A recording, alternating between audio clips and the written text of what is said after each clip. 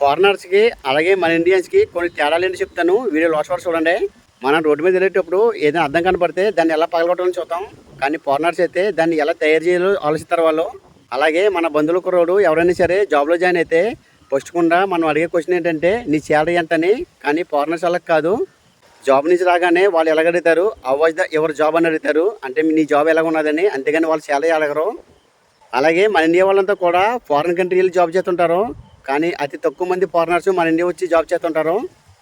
ఎందుకంటే ఫారినర్స్ తెలుసు మన ఇండియాలో ఒకరు పైకి వెళ్తుంటే క్వాలిటీ కిందకి లాగేస్తారని. అందుకే మన ఇండియాలో జాబ్ చేయడానికి వాళ్ళు ఇష్టపడరు. మన ఇండియాలో కొంతమంది మైండ్ ఎలాగ ఉంటుందంటే పక్కింట్లో ఏం జరుగుతుందా, వాళ్ళు ఏం చేస్తున్నారా, ఏం కొన్నారా అన్న విధంగా ఉంటుంది. మన ఇంటి మీద పెట్టిన శ్రద్ధ కంటే పక్కింటి మీద ఎక్కువ పెడుతుంటాం మనం. అందుకే ఫారిన్ కంట్రీస్ అన్నీ కూడా ఇలా పైకి ఎదిగిపోతున్నాయి. మనం ఇంకా అలా కిందకి పోతున్నాం.